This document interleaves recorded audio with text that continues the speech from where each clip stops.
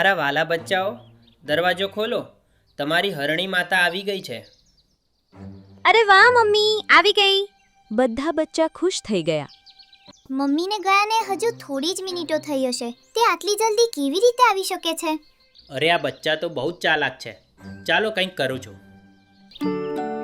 એક જંગલમાં એક હરણી માતા તેના 7 બચ્ચાઓ સાથે રહેતી હતી.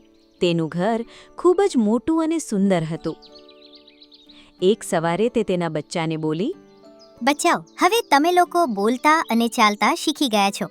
એટલે આજે જમવાનું શોધતા પહેલા હું તમને કંઈ કહેવા માંગુ છું. જ્યારે હું જતી રહું તો અંદરથી દરવાજો બંધ કરી લેજો. અને હા, મારો અવાજ સાંભળીને જ્યારે તમને લાગે કે બહાર હું જ છું, ત્યારે જ તમે દરવાજો ખોલજો. પાસે જ ગુફામાં સિંહ રહે છે, થઈ શકે છે તે તમને પોતાનો શિકાર બનાવી લે. પણ માં, દરવાજા પર તમે છો એ અમને કેવી રીતે ખબર પડશે? ઠીક છે, એના માટે હું તમને એક વાત જણાવું છું. પાસે જ એક ઝરખ ત્યાંથી પસાર થઈ રહ્યું હતું. અરે આ શું? હરણીના ઘરથી આ કેવા અવાજો આવી રહ્યા છે? બચ્ચાઓ, જ્યારે હું દરવાજાની બહાર આવીશ તો પહેલા 3 વાર દરવાજો ખખડાવીશ.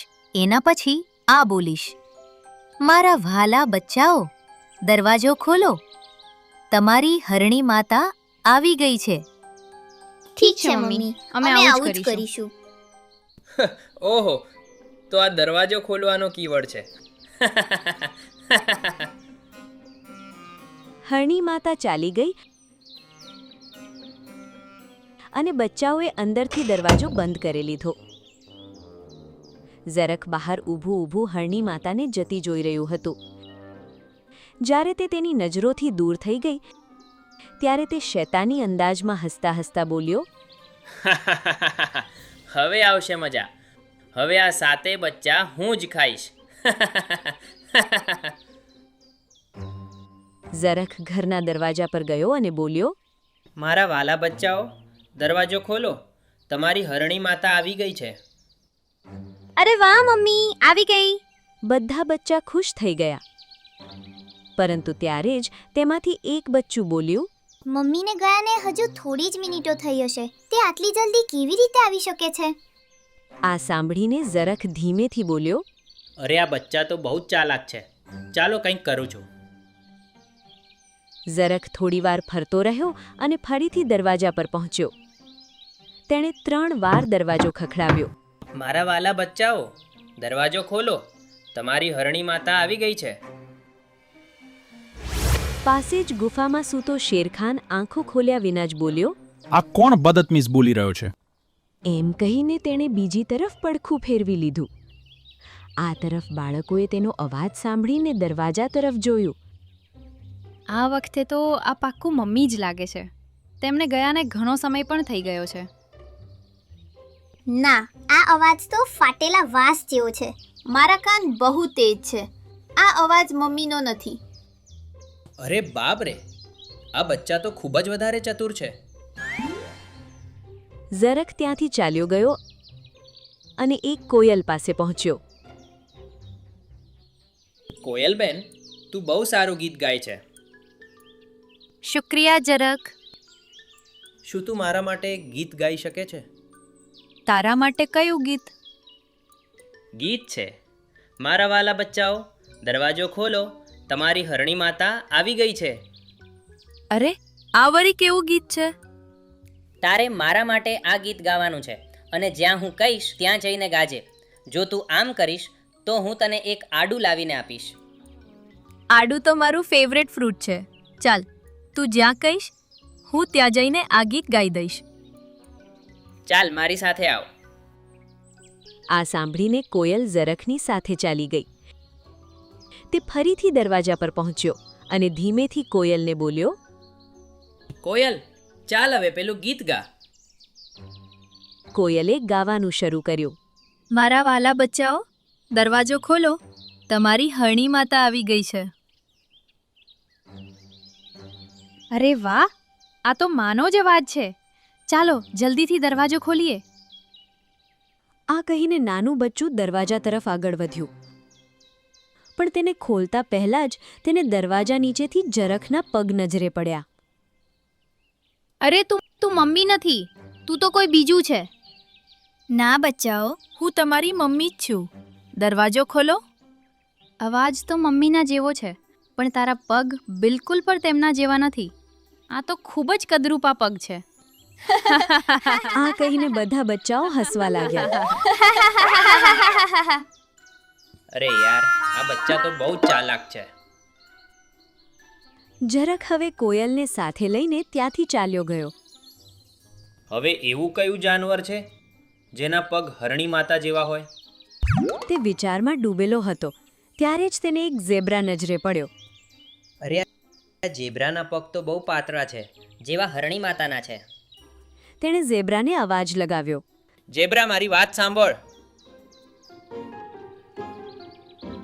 હા બોલ ઝરખ. તારે મારું એક કામ કરવું પડશે.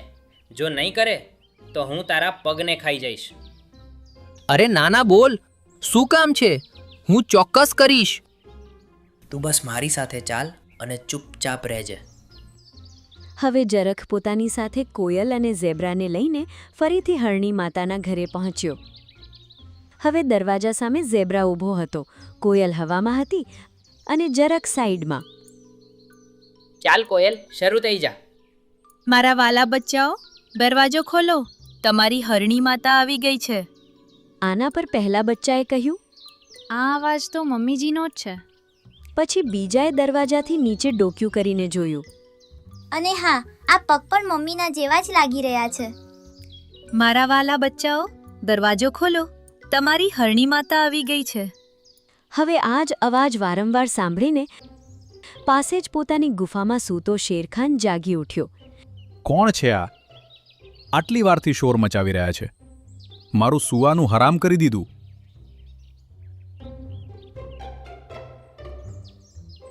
શેરખાને જોયું કે હરણી માતાના દરવાજા પર ઝેબ્રા, કોયલ અને ઝરખ ઊભા છે. તો આ છે જે આટલી વારથી મારી ઊંઘ હરામ કરી રહ્યા છે. ત્યારે જ બચ્ચાએ દરવાજો ખોલ્યો અને તેમણે સામે ઝરખ, કોયલ અને ઝેબ્રાને જોયા. અરે, આ લોકો કોણ છે? હા હા હા હા, બહુ હોશિયાર બની રહ્યા હતા ને. હવે જો હું તમને બધાને કેવી રીતે મારો કોળિયો બનાવું છું.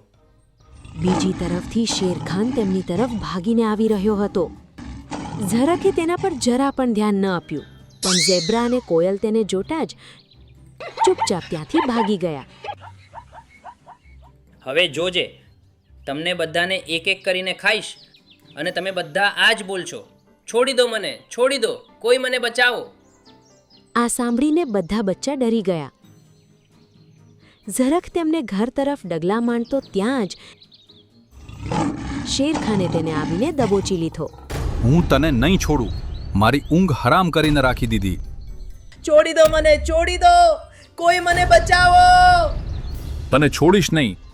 તને તો હું મારો કોળિયો બનાવીશ. આ કહીને શેરખાન ઝરખને પોતાની ગુફામાં ખેંચીને લઈ ગયો અને તેની અંદરથી ઝરખની એક દર્દનાક ચીસ ગુફાની બહાર સુધી ગુંજીને રહી ગઈ. ત્યારે જ હરણી માતા ત્યાં આવી પહોંચી. અરે બચ્ચાઓ, તમે દરવાજો કેમ ખુલ્લો રાખ્યો છે? તેને જોતા જ બધા બચ્ચા પોતાની માતાને વળગી પડ્યા. મમ્મી. અરે બચ્ચાઓ, તમે કંઈક જણાવશો? વાત શું છે? માં ઝરખે અમને બધાને મૂર્ખ બનાવ્યા હતા. તેણે કોયલ દ્વારા તમારો અવાજ કાઢ્યો, ઝેબ્રાના પગ બતાવ્યા, જેથી અમને એવું લાગ્યું કે તમે જ બહાર છો, એટલે અમે દરવાજો ખોલી દીધો. હે ઉપરવાળા, હવે તે ક્યાં છે? તેણે તમને લોકોને કંઈ કર્યું તો નથી ને? ના માં, દરવાજો ખોલ્યા પછી ઝેબ્રા અને કોયલ તો ભાગી ગયા હતા, પણ શેરખાન કાકાએ તેને દબોચી લીધો અને પોતાની ગુફામાં લઈ ગયા. શું? આ સાંભળીને હરણી માતા અને બધા બચ્ચા જોર જોરથી હસવા લાગ્યા. ચાલો હવે બધા મળીને આ દ્રાક્ષ અને આલુ બુખારા ખાઈએ. હા માં, અમને બહુ ભૂખ પણ લાગી છે.